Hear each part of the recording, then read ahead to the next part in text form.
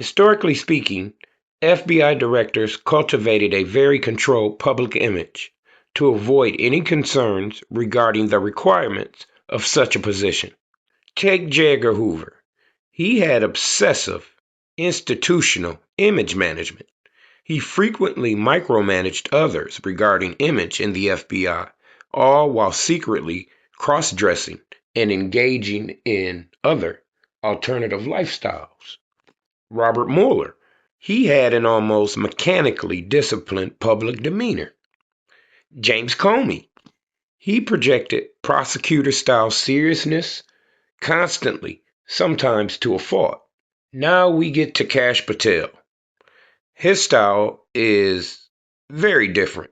He's more combative, media forward, politically aggressive. That energizes the MAGA base who thinks federal institutions need disruption. But it's not perceived as normal behavior for FBI directors, so any allegation made against Patel becomes automatically amplified. But I want to also be clear. I think the guy's a big time partier, period. I mean, you can just look at the guy and you just know. His big bug eyes, his like quick shifty movements, you just know.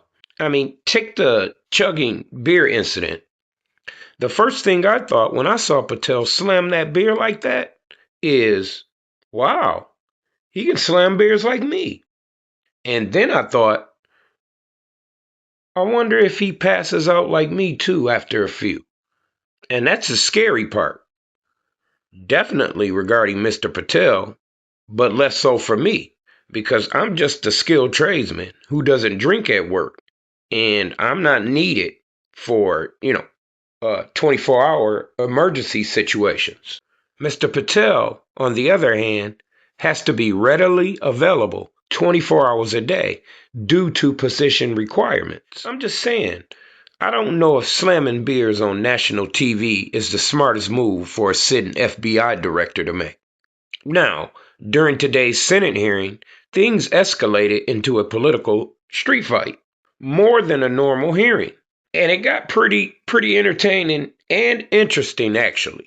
Senator Chris Van Hollen confronted Patel about allegations made in a report from The Atlantic that claims Patel displayed episodes of heavy drinking, unexplained absences, and very erratic behavior while serving as FBI director.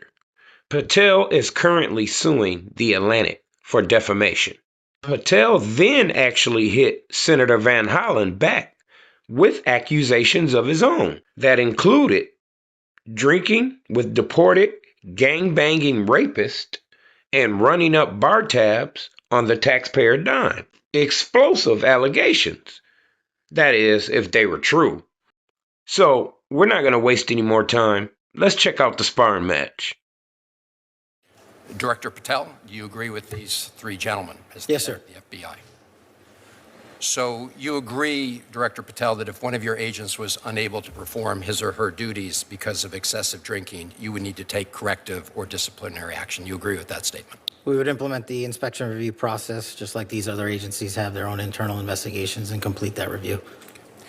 As I said in my opening remarks, I really don't care about your personal life so long as you are able to perform your public and official responsibilities, which are awesome responsibilities. Multiple reports, including reporting by The Atlantic, have alleged episodes of excessive drinking, unexplained absences, and behavior that concern current and former FBI and DOJ officials. You have publicly denied those allegations and filed a defamation lawsuit. So today, as you testify before Congress, is it your testimony that those allegations are categorically false? Unequivocally, categorically false. So there have been no occasions during your tenure when FBI personnel were unable to promptly reach you? Absolutely not. You can ask my entire workforce. They hear from me at every single hour of the day, as do these great gentlemen here, as do the men and women of the interagency and local law enforcement and the White House. And so there have been no occasions when your security detail had difficulty waking or locating you, is that right? Nope, it's a total farce. I don't even know where you get this stuff, but it doesn't make it credible because you say so. I'm not saying it, Director Patel. It's been written and documented. You are literally saying it. No, I'm saying that these are reports, Director Patel. No, And unlike I your will baseless say, reports, Director the only person Patel- that was slinging margaritas in El Salvador on the taxpayer dollar with a convicted gangbanging rapist was you. You know, the only fact- person that the- ran up a Director $7,000 bar tab in Washington, D.C. at This the lobby bar suggests to me- was you. So this the only individual suggests in to this me that the room that has allegations been are drinking on true. taxpayer dime during Are the day you polygraphing? is you. Director Patel, come on.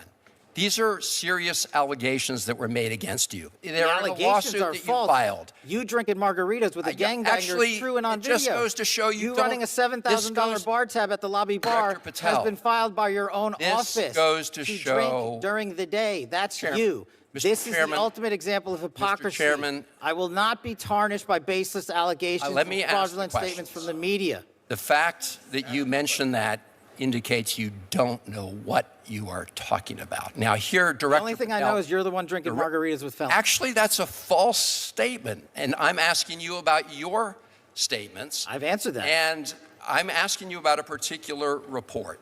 And It's not a your report. testimony is, so let me ask you this. Are you willing to take the test, it's called the audit test, that members of our active duty military and others take to determine whether they have a drinking problem? I'll take any test you're willing to take. I will take it, Director Patel. I'll take it. You ready to take it? Let's go. Yes or no? Let's go. Side I'll by take it. side. I'll take it. All right. I think that the fact that you're so, have you ordered polygraph tests of members of your team to determine how that story came about? The FBI conducts polygraph tests all the time. No. Have you ordered polygraph tests for members of your team to determine who was the source of the stories that I'm asking you about? I don't order any polygraph tests. There's an internal inspection review process for any and all leaks, especially of baseless information at the FBI that's been in place for the last 30 years. Those processes are followed by career intelligence and agents on the ground. So I'll take that as a yes, since you said that these were unauthorized disclosures. I've been listening carefully to your responses to some of my colleagues, and I want to start with a question that Senator Coons asked you that relates to this article where the headline is Kash Patel's latest firings ousted agents with expertise in Iran. The article says that these individuals were fired for their role in the classified documents investigations of Donald Trump. First of all, is that true? The article, just like all the other articles you cited, is false, and there's ongoing litigation, so I can't address it. Okay.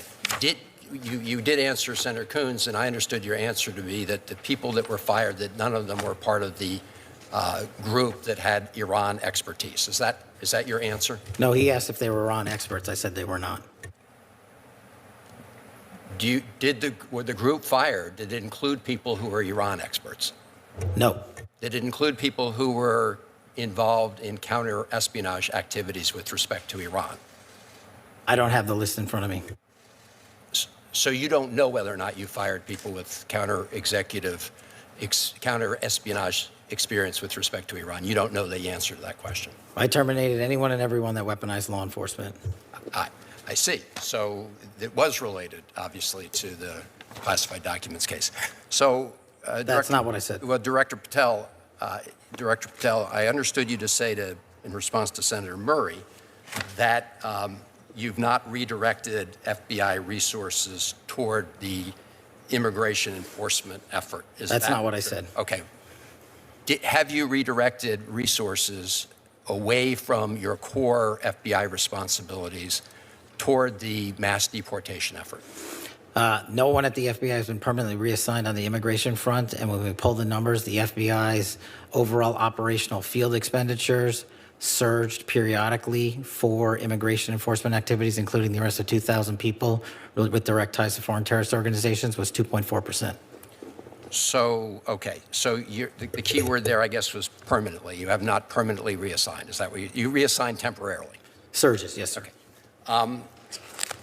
Have you had a chance to listen to or read about Brian Driscoll's statements about what you said to him and the reasons for his firing? No, I have not, sir. So let me just say this, Mr. Director. In your response to me earlier, where you had a little bit of a blow-up, you made a couple provably false statements. So did you. No, Mr. Director, I was reading about and asking you to respond to allegations that are made. In fact, I was giving you an opportunity to do that, and you took that opportunity. But in the process, you made these provably false statements that I know are sort of like urban legend in right-wing media about margaritas in El Salvador, which is provably false. And so coming from the mouth of an FBI director to make provably false statements in a hearing like this is extremely troubling. And it leads me to ask whether or not the other things you've been saying are false statements. And so because that's a provably false statement. You made a couple others that are provably false. And this is from the mouth of the FBI director. The only one that made false question, statements is you. My final question to you, Mr. Director, is do you know that it is a crime to lie to Congress? Do you know that? That's my last question. I have not lied to Congress. I didn't ask you that. that. Lied to Congress is you. Do you?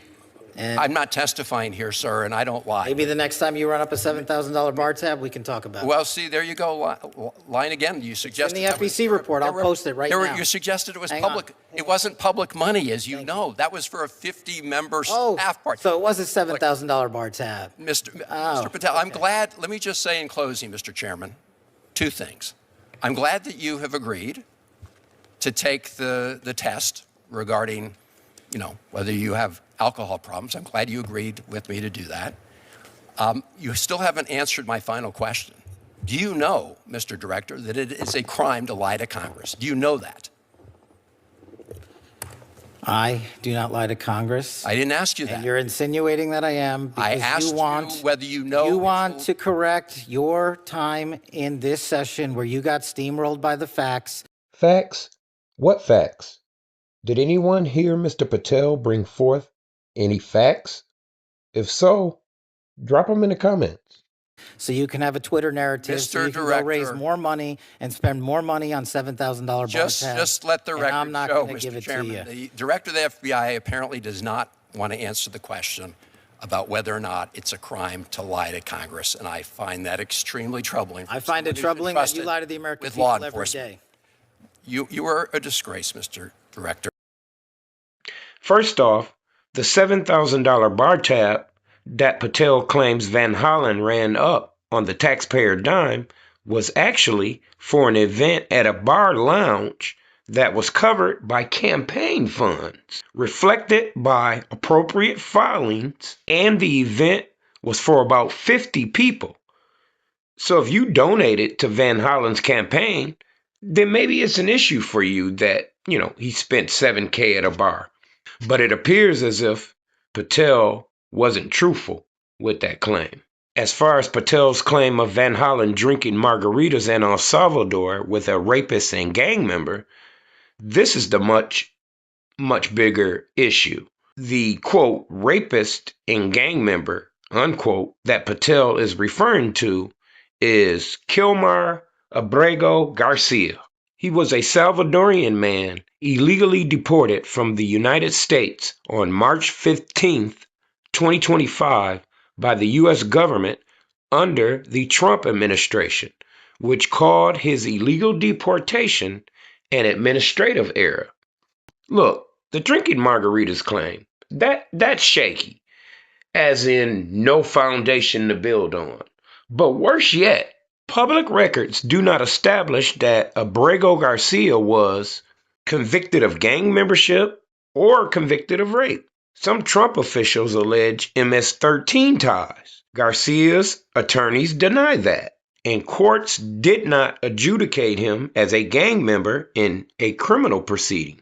Department of Justice did not prove that in court, and he had not been convicted of rape. So calling him a convicted gang-banging rapist appears to be political framing, which does not equal to truth in this case. And then there's something else I noticed, which was, Patel's shuffling of papers. Like I said earlier, his his shifty like positioning. It's weird. It seems like a person that's under intense pressure, maybe desperation even. I mean, he's telling tall tales in a Senate hearing, and that's a damn good way to dig yourself into a bigger hole. I mean, that is when you're already trying to dig out. And to me, that signals desperation. So I love engagement, good, bad, and the ugly. So sound off in the comments and let me know how you feel. This is Mo for the Plug Power Network, and we'll be back soon.